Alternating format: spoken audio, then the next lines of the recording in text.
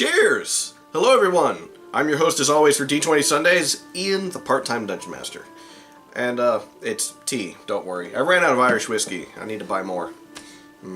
Whiskey. Anyways, I wanted to talk about The Opera House, or The Trouble at the Opera House, a one-shot that I did about 2 months ago. Now, just so you know, this is with a group of people that essentially play better and work better when the camera is not on them. So that's the reason why I never really record the sessions. I just talk about them, sometime later. So Trouble at the Opera House was a one-shot that I ran for, few group of friends. We rotate out who's the Dungeon Master every one-shot, and we generally use the same characters every time, so that way it's sort of, like, episodic and, goes, like, in a general storyline, but it really doesn't. And, yeah, like, Grinwald the Ugly was in one of them, and he came back, like, for another session, even though his character died at the end of a session, so it's like, yeah, he just keeps playing Grinwald, so it's like, okay, keep playing Grinwald.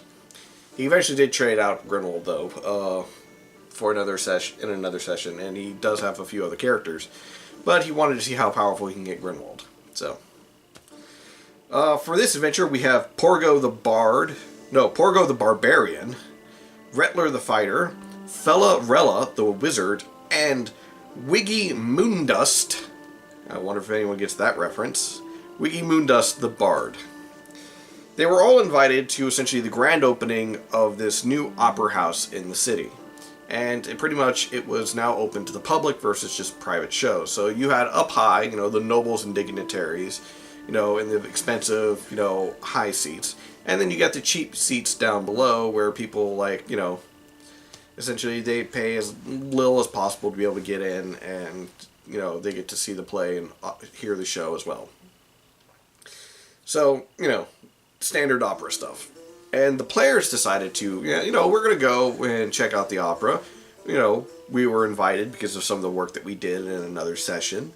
And, we're going to come and we're going to see if we can get some more jobs by rubbing elbows with some of the nobility or some of the dignitaries. And it's like, this might be our chance to get more money. So, the players wins. Things went about as well as you think they would for a normal D&D campaign. Wiggy Moondust, being the bard that he is, being as spectacular as possible, essentially tried to upstage the opera twice. The first time, it was before the opera even began, he ran up onto the stage, whipped out his lute, and started playing and singing and performing as if to try and warm the crowd up. And security promptly removed him from the stage as soon as the performance ended. It's like, okay, yeah, thanks for warming up the crowd and get out. But he got back in and, he then decided to start a singing duel with the lead singer of the opera. And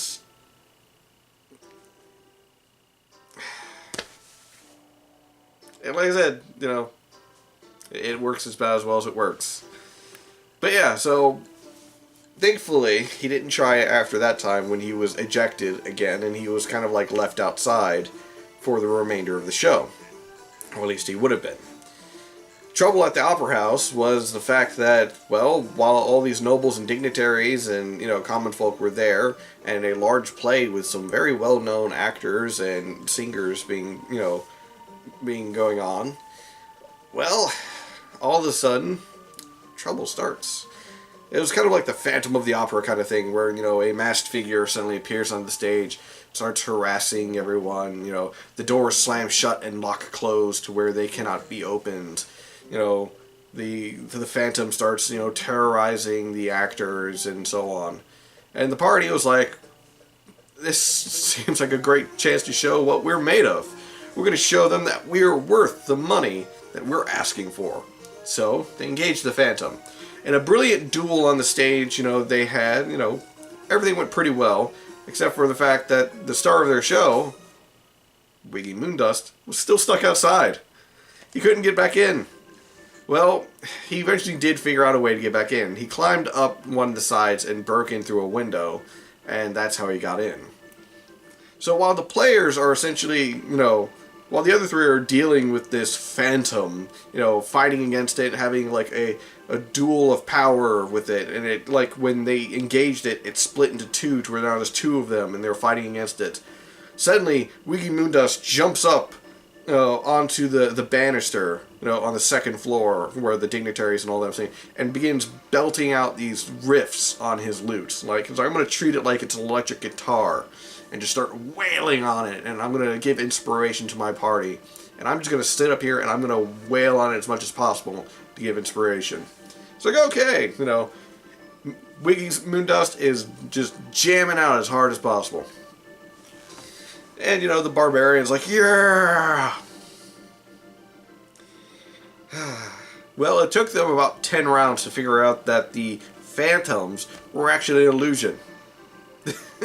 It took them 10 rounds to figure out that the phantoms were illusions. Imagine how I felt just sitting there like, oh my god, you guys are stupid. But in this, once they figured it out and they traced back the magical essence, essentially, the wizard Fellarella figured out, like, hey, you know, if maybe I can use my arcane skill to, like, track the arcane essence to see who casted the illusions to begin with. They found out that it was essentially a former actor that was in the crowd that had essentially got gypped out of his role. And the players, like, apprehended it and started beating the shit out of him. It was great, you know. I still couldn't believe it took them 10 rounds to figure out what was going on, but once they did figure it out, you know, they were like, oh yes, we got this. But yeah, you know, they beat the crap out of the one guy who had cast the illusions. They found out that he wasn't working alone, that there were other stagehands that were working with him, and, you know, they fought against them and beat the crap out of them. Because they're stagehands. They're not fighters. They're not warriors or anything. They're, you know, stagehands.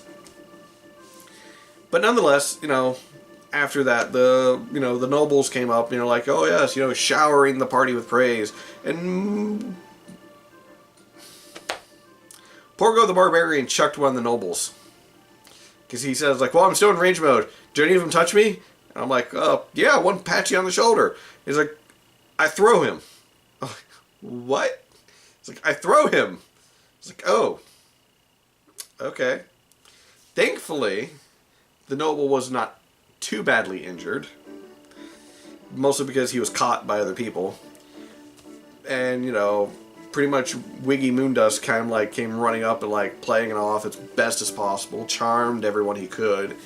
And the players made out with a good sum of money, as well as some contacts for some jobs in the future.